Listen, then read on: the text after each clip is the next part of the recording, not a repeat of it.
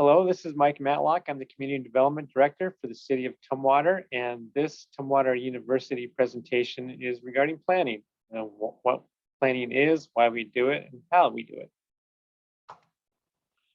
So the why of planning is we know that people are going to be moving here. By 2040, we expect that our population will nearly double. And the question that planning attempts to answer and does answer is where will we all live and where will we all work? Planning is deciding as a community how we do those things. Because Tumwater is a nice place to live and because we know there's going to be jobs here, we know that people will continue to move here. So what is planning is really deciding how and where we will grow. It's providing for new housing and jobs through land use planning. And it also separates incompatible land uses because industrial uses often, with their impacts, don't work very well next to residential and vice versa. And planning also protects the environment through a variety of ways. We protect the environment through streams and wetlands protections and wildlife protection. We protect trees and open space with our regulations. We deal with climate change and we support affordable housing all through our planning efforts in Tumwater.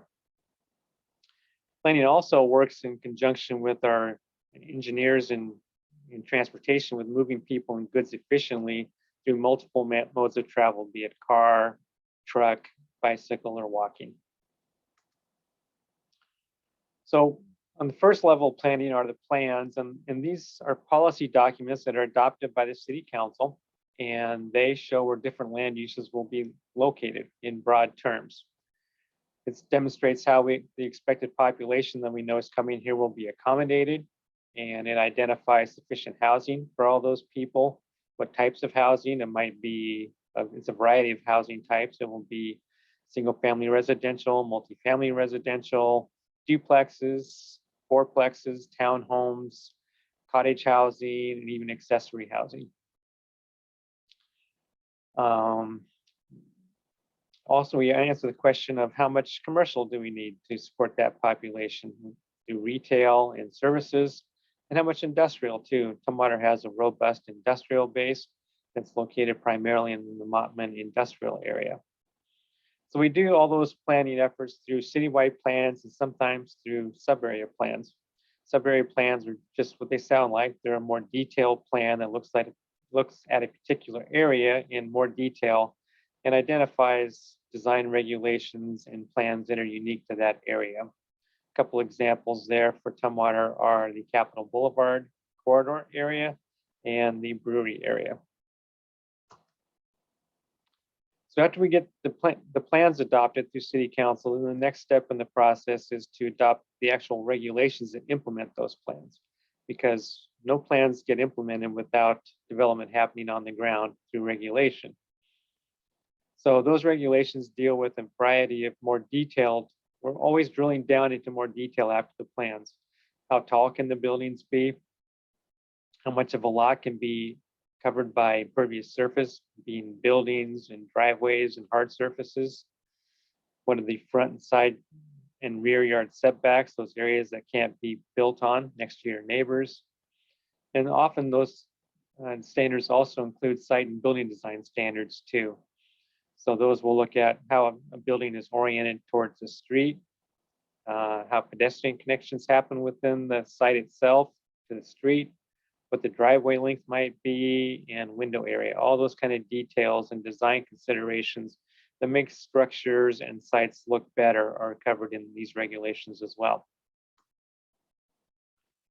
So I'm kind of shifting now to the public participation aspects of planning, because that's a very important part of planning, is to get community input into the decisions that the City Council is making on these matters for the citizenry. So the first part of that is legislative, and that's what I talked about before with the plans that we implement. Those are legislative decisions, and those are within the broad parameters laid out in state law and case law. There's a lot of latitude the City Council has there in order to make decisions, and accordingly they have an awful lot of opportunities for interaction with the public there too. So in those instances, we will have public meetings, we'll have public hearings, certainly in the more formal aspects of public participation, but more informal forms of communication with your council members and staff are appropriate there too. Phone calls, emails, seeing one of your council members in a store, you can just chat them up about it there. It's really wide open in terms of the planning phase, how much communication can happen between residents and your decision makers.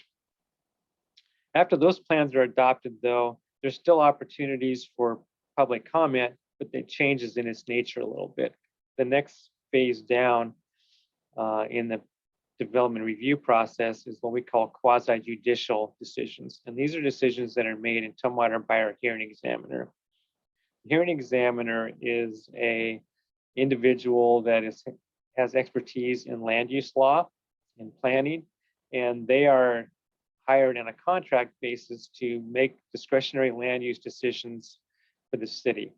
And those decisions include like subdivisions, conditional use permit applications where there's the discretion involved in the code. So the hearing examiner looks at the application, there's a public hearing that's held, it's a formal public hearing. And then the examiner takes all that input in the staff reports and reviews the site and the codes and the plans and all the public comment that comes in through public hearing testimony, takes all that in and then makes the decision.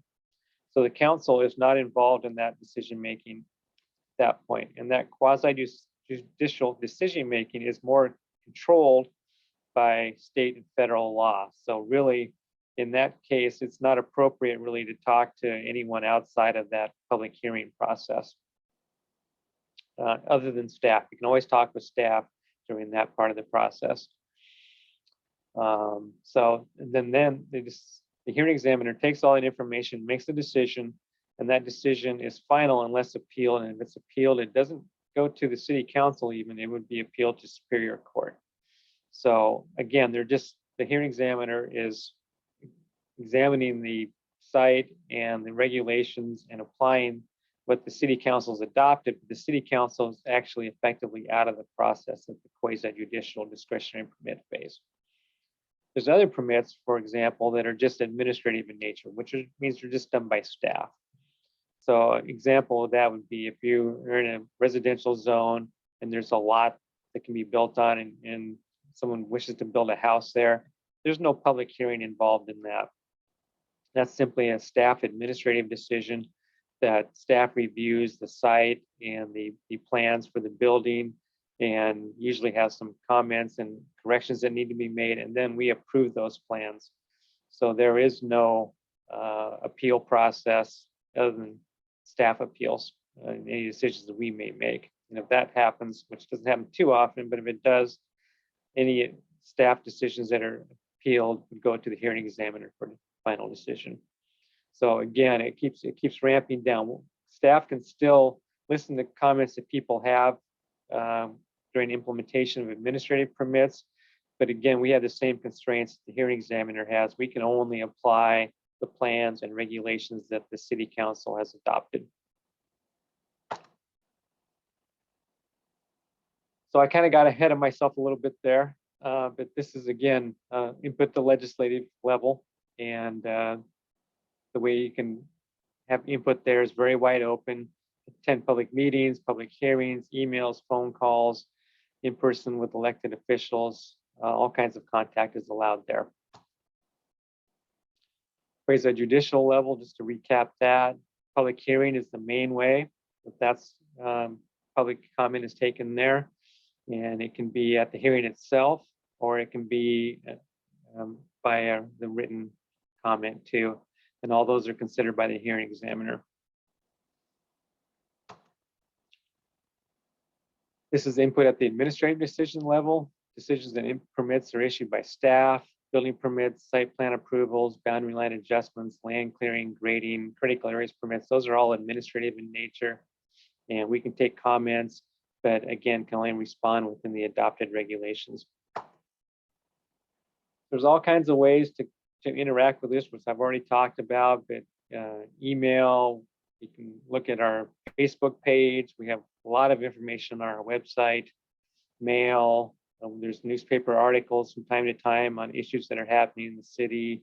Certainly, public hearing notices wind up in the newspaper. And we also do site plan signage on the site for when there's an application pending. Say, for example, a subdivision.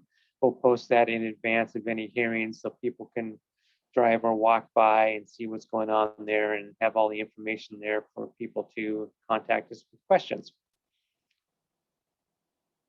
So that is the end of the presentation. Thank you.